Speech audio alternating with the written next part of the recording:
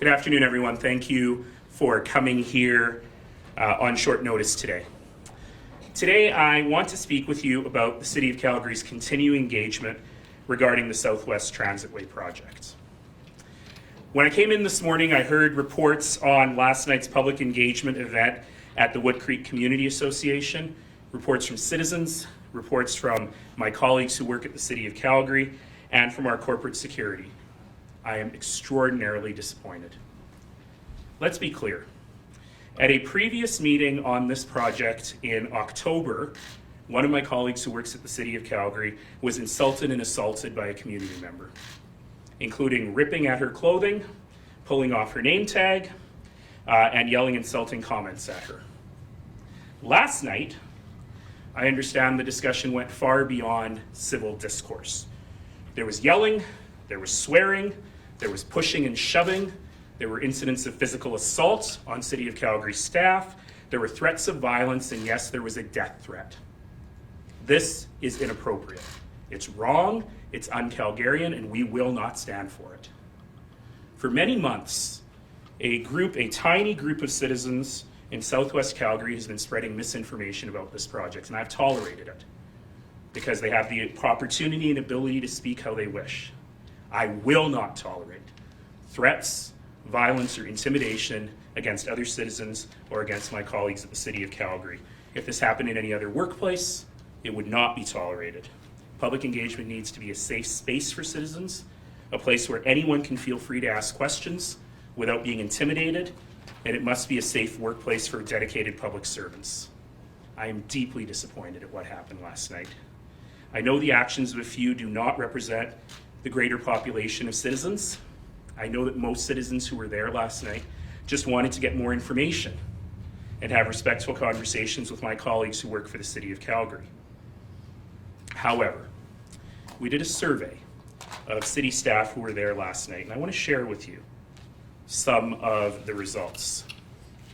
1 in 5 felt unsafe at the event.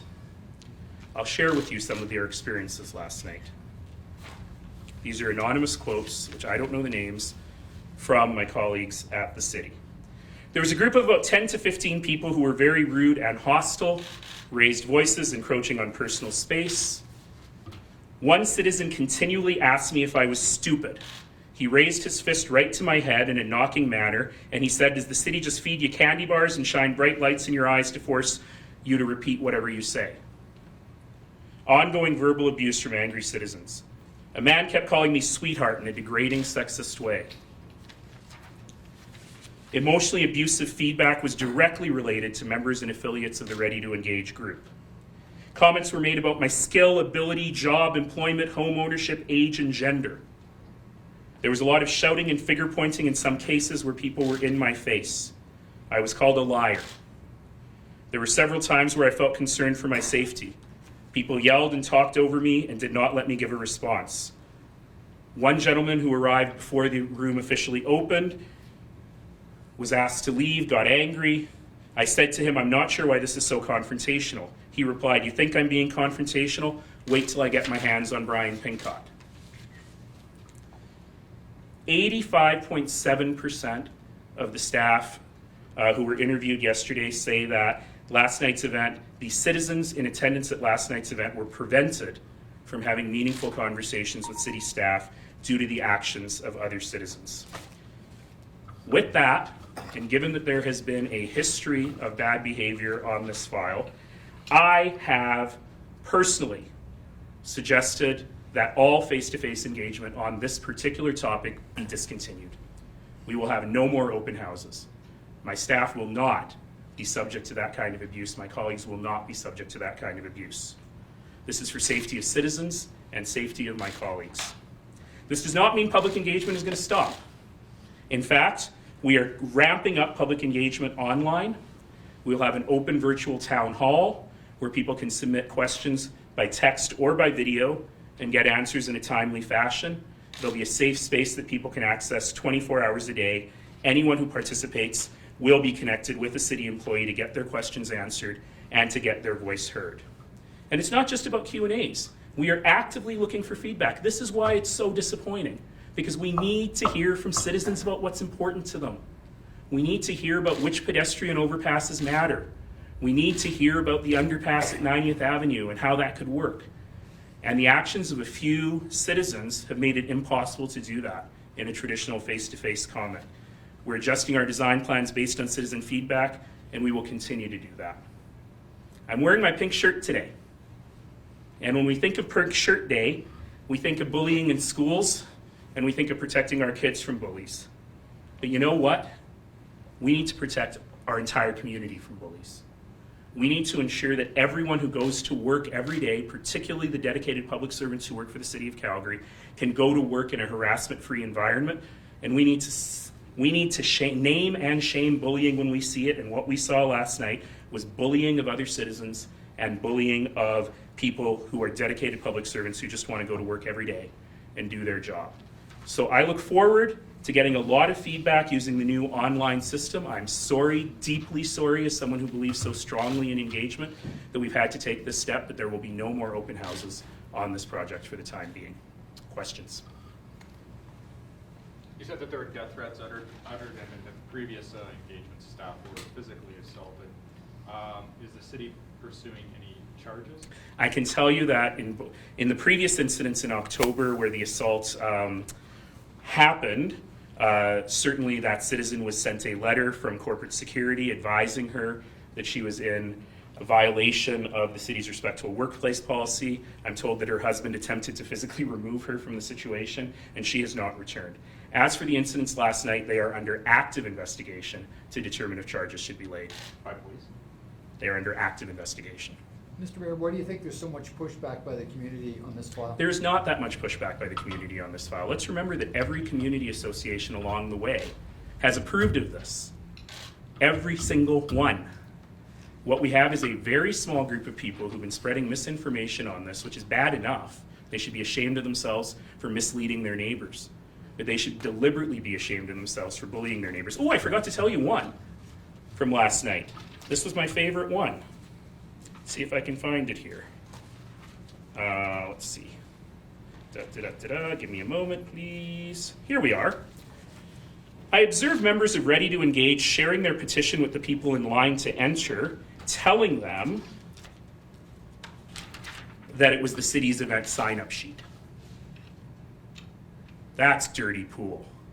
And I spoke with one man who had refused to sign the petition outside until he had seen the city's presentation materials, and he was frustrated at having been pressured into signing something without all the information. I don't play that game. There were 10 to 15 people there last night representing this tiny fringe group, and they need to stop. Mayor, in hindsight, do you think that there's anything that the city could have done to prevent this, or do you feel that this fringe group, as you mentioned, it was just going to happen anyway? We can always do a better job. And certainly, we could have done a little more engagement. Certainly, there are very legitimate questions, for example, around the budget on this that we need to be able to answer. There are areas in which we need to be able to do a better job. But people like this are going to be people like this. And I'm not making any excuses for my city staff suggesting that they somehow caused this kind of behavior. They did not.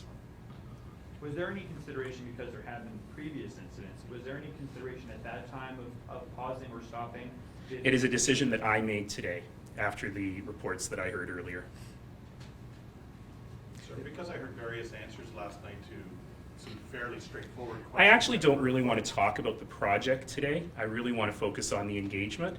If there are questions on the project, I see Mr. Summers is here. I'm putting you on the spot there, Sean.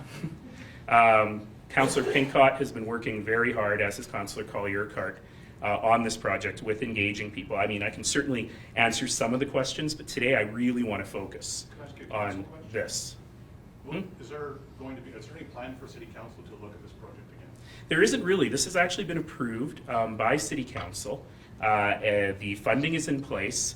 It certainly was something that was talked about before I was mayor. I talked about it in people's living rooms in places like Oak Ridge and Braeside during my run in 2010. It was certainly a major part of my platform in 2010. I talked about it again in 2013. It was part of the Route Ahead study that engaged tens of thousands of Calgarians. And remember, it's only one of 5 rapid transit lines that are being built. And it has now been funded. So council funded it, council approved it. We had lots of public engagement on this. It is approved. Now, of course, as with any project, there will be update reports and status reports coming to the Transportation Committee and up to council, but council has made this decision. So are you expecting this project will start this year? I hope that this project will start this year. That was actually part of the feedback, and the reason that we're doing public engagement is to determine if there are any design changes that are required that would slow it down. But I am certainly of the hope that construction will start late this year and be done sometime in 2018.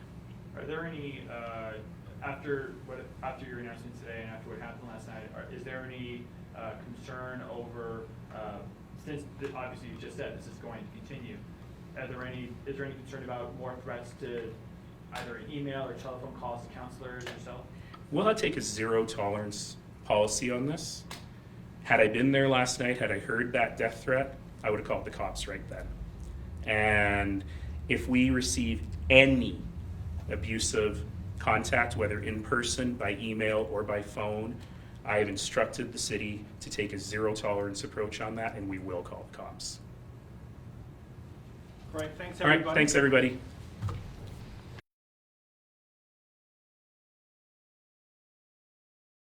Councillor, you were at that meeting last night. What was your experience? That was one of the worst meetings I've ever been at. Three and a half hours of people yelling at me from pretty close quarters. So yeah, it's one of the worst meetings I've been to. And yet you seem fairly calm. You didn't see me last night. I I seem, yeah, Maybe no. not after I didn't see you, No, this is,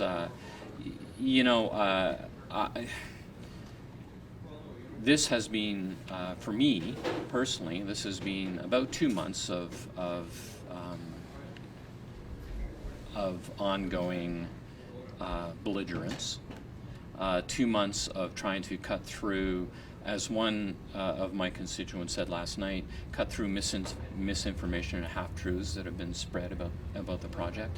Misinformation and half-truths that are intended to only do one thing, which is get people torqued.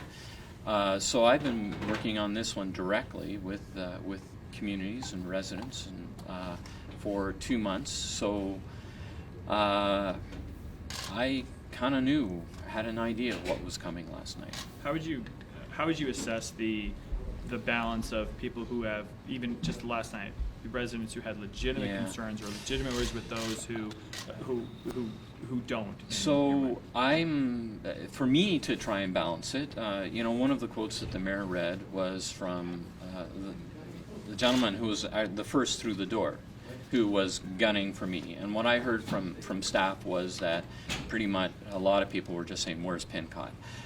So my experience of last night was about 3 feet around me the entire evening, because I just had people yelling at me. So I actually have no idea about anybody who might have been there to gain information about the project, anybody who might have been there to actually share feedback, constructive feedback about the project. That was just not my experience. You've dealt with some contentious issues in your ward since you were first elected. And out of my ward as well. How does this compare? It's right up there with a couple of the worst. So I would rank this, right up there with the worst. What would you say? One of the big things that yourself and the mayor was talking about was the misinformation. What do you think is the most misinformed, in your mind, lie about this project? There are too many to count, from parking lots to flyovers over Mayfair to to bus barns to it's ongoing. It's ongoing. So. What do you want to say to the people who misbehaved last night? Quite frankly, the intent,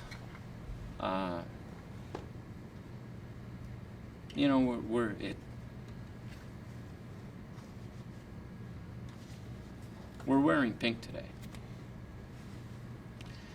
and it was classic bully. It's classic bully behavior, and it has been for months. Last night was an open house. I mean, one of the things that we've heard was that people want to be engaged. People want information about the project. People want to have a chance to talk about the project. And a group of people who are classic bullies were there and prevented fellow citizens, prevented Calgarians from actually doing what they want. It's unacceptable. It's childish. It's unbelievably childish. And you know, I am committed, I am completely committed to engaging my communities. I will continue to do that. I have been doing that for years on this project, and I will continue to do that. And because some people haven't paid attention until recently, is unfortunate. I'm glad they're paying attention now. But there is absolutely no excuse for any group to bully others. There is no excuse for any group to prevent other people from sharing their opinion. There were citizens there last night who were afraid to put down their comments. If they were vaguely supportive, if they were at all supportive of the project, they were scared to do it. That's ridiculous, absolutely ridiculous. I intend to hear from those people. I intend to be out in my communities, engaging them, as I have done, as I will continue to do. Comment vous décririez ce qui s'est passé hier? Comment vous décririez ce qui s'est passé? Mon Dieu, c'était un peu proche de la violence. C'était complètement intolérant qu'on pourrait avoir un ensemble de citoyens et qu'il y en a une quinzaine qui sont là pour complètement se mettre dans la face de tout le monde pour éviter, complètement éviter pour les autres à engager avec la ville, pour avoir l'information qu'ils veulent sur un projet qui est important pour tout le monde, pas juste pour une quinzaine de personnes.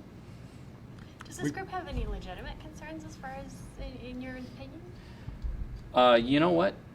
Their noise is so loud, their misinformation is so loud, that I couldn't tell you if they have any legitimate concerns. Brian, why do you think this particular group of people is so agitated compared to other LRT proposals throughout the city? Well, it's not an LRT proposal. This is, you know, that's one of the challenges. This is about improving transit to Southwest Calgary. This is a project to improve transit to communities south of the reservoir that are so badly served by transit, that need transit. We have a community, we have a group of people who don't want transit near them. It's as simple as that. Do you agree with canceling the open houses? Could there be a way to hold them with tighter security? You know, the mayor has made a decision. It's his to make.